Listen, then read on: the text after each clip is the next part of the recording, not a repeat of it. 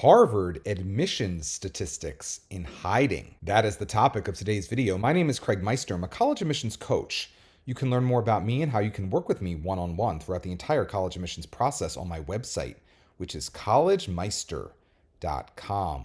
And if you're interested in learning about whether or not you are or your student is on track for selective college admission in the United States of America, visit areyouontracktogetin.com. Again, that is areyouontracktogetin.com, at which you will complete a free 3-minute assessment. Your results will be emailed to you right away, and they will help you clarify whether or not you are or your student is on track for selective college admission in the United States of America. The article headline in the Harvard Crimson reads as follows: in major turnaround, Harvard College will not release admissions data on decision day.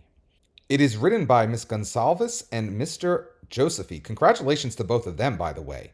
It's great to know that there are still individuals on Harvard's campus who are noticers, like yours truly. In a major break from a nearly 70-year precedent, Harvard College will not publicize admissions data on the day applicants receive their application decisions.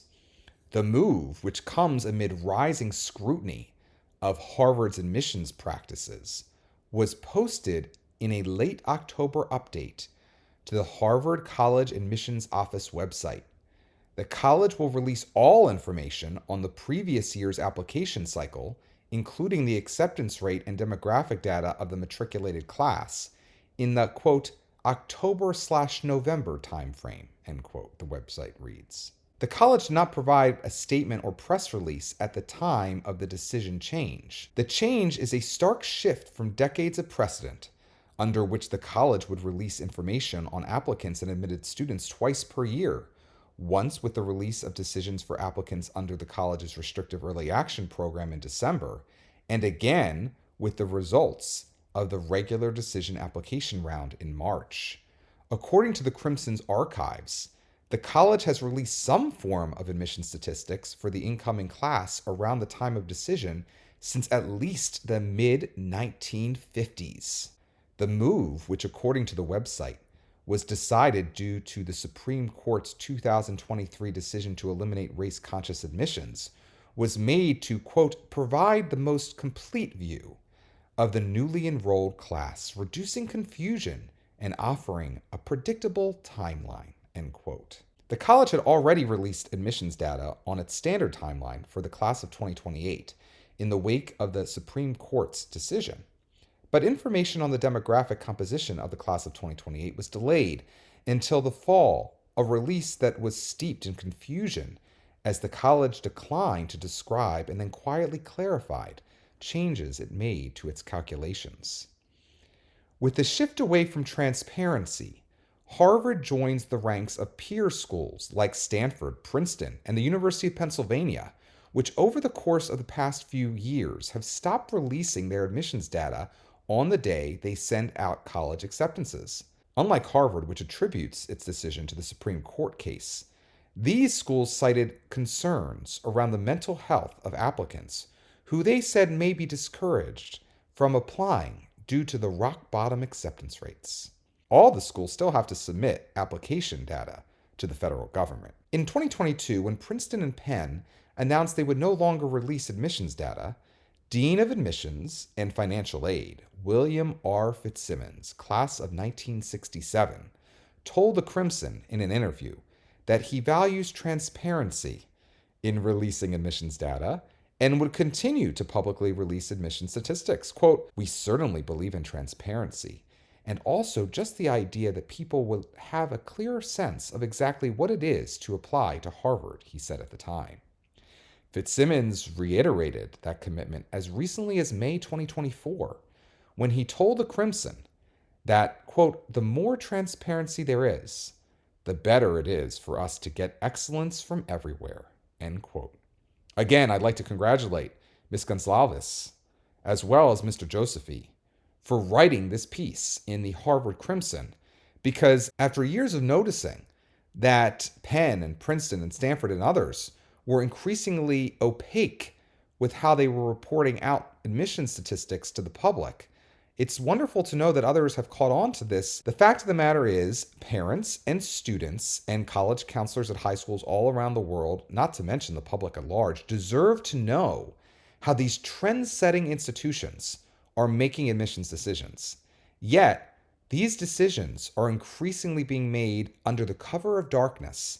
And it's, of course, no accident that with the new president and new pressure on these institutions, Harvard and the others are all going to be keeping their heads down for as long as possible so as not to draw unnecessary attention their way. Of course, complete silence is more noticeable than just doing what you were doing. So this is actually going to boomerang back badly on Harvard. And Harvard, as indicated in this piece, is basically doing a 180 relative to transparency. The very fact that William R. Fitzsimmons still has a position at Harvard really tells you all you need to know. When Harvard lost at the Supreme Court, they did not take that opportunity to turn over a new leaf. Again, everything you need to know about the mindset, priorities, value system, and character of those currently leading Harvard University. Now, while Harvard is at it, trying to be as transparent as possible once a year,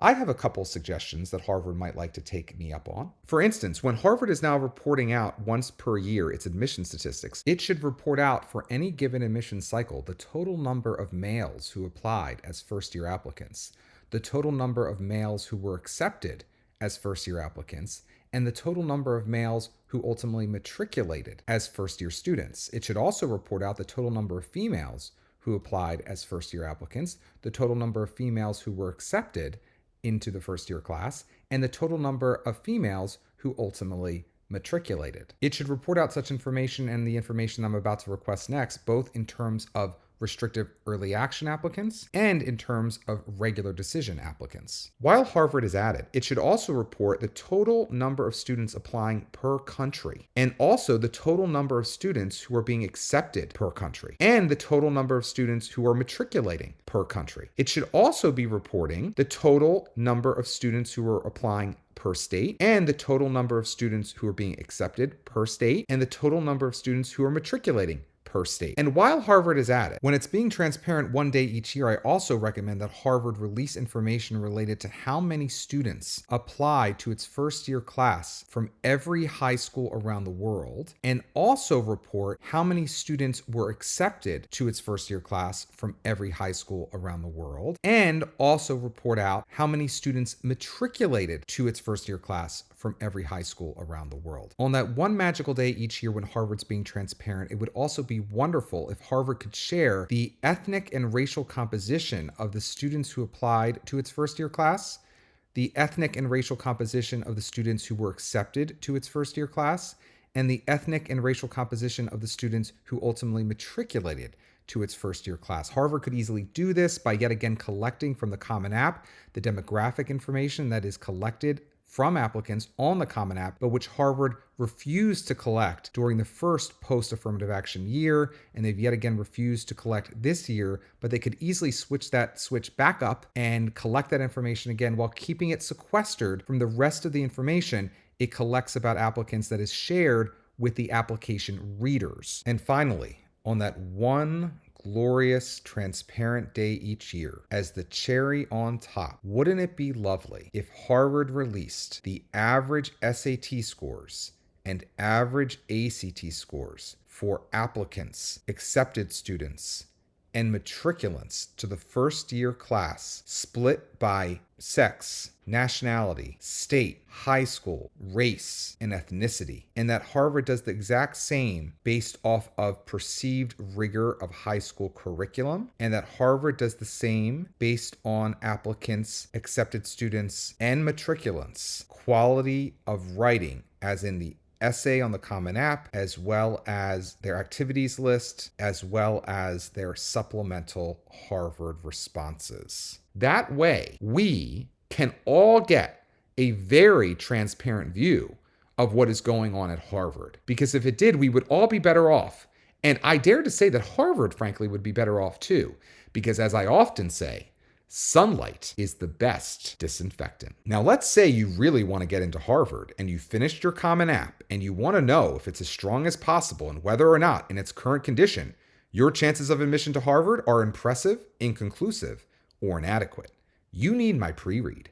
Getting my pre-read now means having me review your entire Harvard application, just like an admissions officer or admissions committee will review it later, and receiving by email no later than the time you reserve a comprehensive report highlighting what's working and what's not on your full Common App and your Harvard Common App supplement. If you've yet to submit your Common App to Harvard, my pre-read may motivate you to make adjustments to it before your deadline. If you've already submitted your Common App to Harvard, my pre-read will prepare you for what I deem to be your likely admissions outcome at Harvard University in Cambridge, Massachusetts. To purchase my pre-read now, go to mypreread.com. Again, that's mypreread.com. If you enjoyed today's video, please give it a thumbs up and consider subscribing to my channel. If you'd like to work with me one-on-one throughout the entire college admissions process, go to my website, which is collegemeister.com. Until next time, stay safe, stay well, and most importantly, stay stress-free throughout the entire college admissions process.